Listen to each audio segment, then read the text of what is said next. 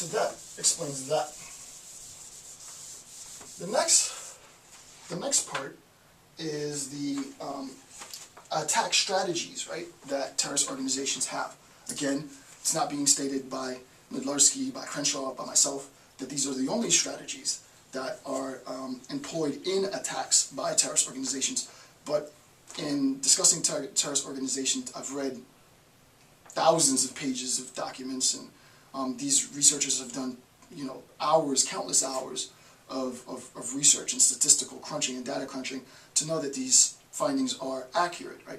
So there are, roughly speaking, there are more, but essentially there are three terrorist attack strategies. So these are the strategies that terrorists employ of any nation, of any ilk, of any religious belief in attacking and selecting their targets. Okay, so these would be three attack strategies.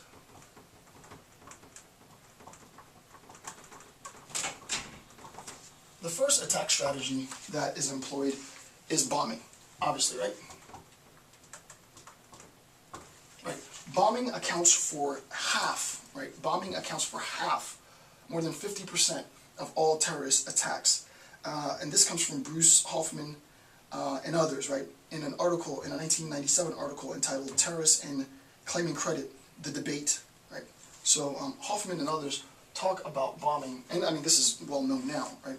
Talk about bombing as obviously an attack strategy. Why is bombing an attack strategy? Well, it's obvious, right? In bombing, whether it's suicide bombing or not, there is relative ease with which bombs can be manufactured, and I'm definitely not going to go into that now, or at all. There's very relative ease in which bombs can be manufactured, which is evident in what Timothy McVeigh did.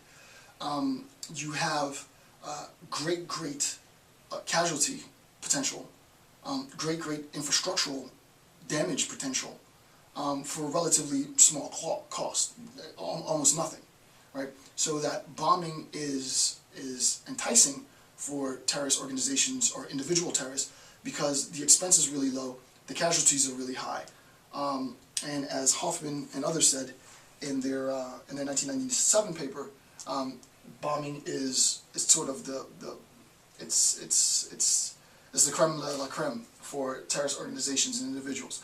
Obviously, having a very skilled bomb unit, a bomb squad, isn't just, it doesn't make for just cool CSI episodes, right? Having a very well skilled trained bomb unit, bomb squad is essential.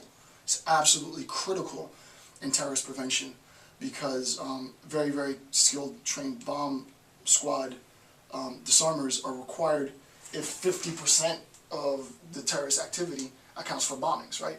Unfortunately, what ends up happening is that there isn't enough intelligence prior to the act to intervene and defuse these bombs, and more often than not, the bombs are actually strapped to an individual, so that the only way of preventing is knowing that through intel that the attack is about to happen, and then killing that bomber, right? Prior to the bomb, right? It just is the case. So that makes it very difficult, obviously. The second attack strategy for terrorists is that, and this is very important. It's a little controversial, but I agree with the statement, right, with the claim. Previous attacks are good indications for future attacks. Period. I'd say, right? If a terrorist organization has in the past attacked a group, anywhere, and has in some sense organized the attack and successfully pulled off the attack, and then obviously gained the media attention because of the attack, it is likely that previous attacks, right, and it is the case according to Jeffrey Ross again, 1992, in an article titled "Attacking Terrorist Attacks: Initial Tests on the Contagions Between Domestic and International Terrorism in Canada." Ross states that it's a good indication if a terrorist organization or an individual has attempted to attack a structure or a building or a group. For example, it wasn't the first time that the World Trade Center had been targeted, right? Prior to the September 11th attacks, it was targeted before, right? So not just so previous attacks will be a good indication for future attacks, and B. Nakos says this in Terrorism and the Media, from the Iran hostage crisis to the World Trade Center bombing, right? And the idea is that the previous intent of a terrorist organization to destroy, to attack a building, some edifice, a population, targeted group members, a particular ethnicity, all of these serve as indicators to future potential behavior. So, as an example, though it's not related to terrorism, it does correspond to instances of genocide as well, right?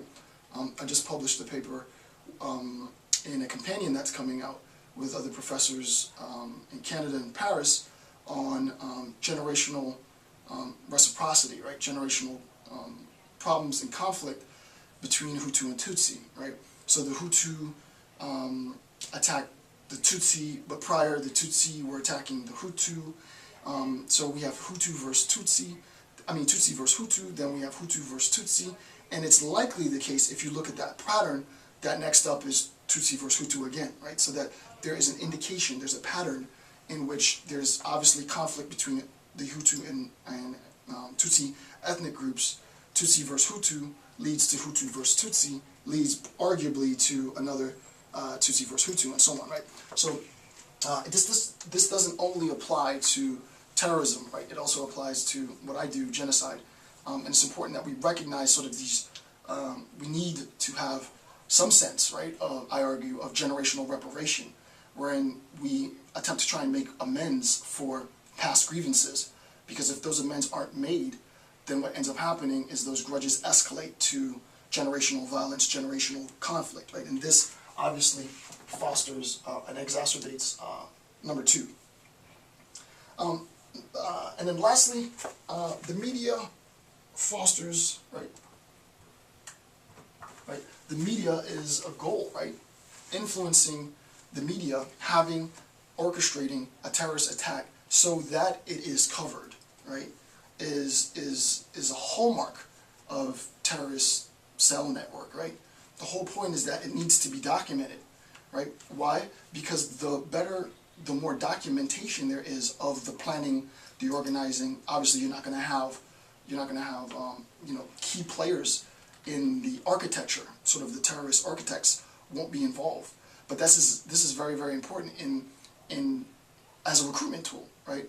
As a form of spreading propaganda, as a form of eliciting international sympathizers, right? So media is very, very important. And in that book, Terrorism and the Media, it was discussed at length by Nakos, right? All right. So those are the three attack strategies of terrorist groups, right? Bombing account for 50% of terrorist activity. Therefore, we need to make sure that the training and the expertise and the understanding of our bomb squads and our bomb units and are par excellence the best. There needs to be very, very, especially with IEDs and stuff, right, which almost invariably are impossible to disarm. But we need to make sure that we have very, very well trained bomb units and bomb squads. Second is that previous attacks are indicators for future attacks, right?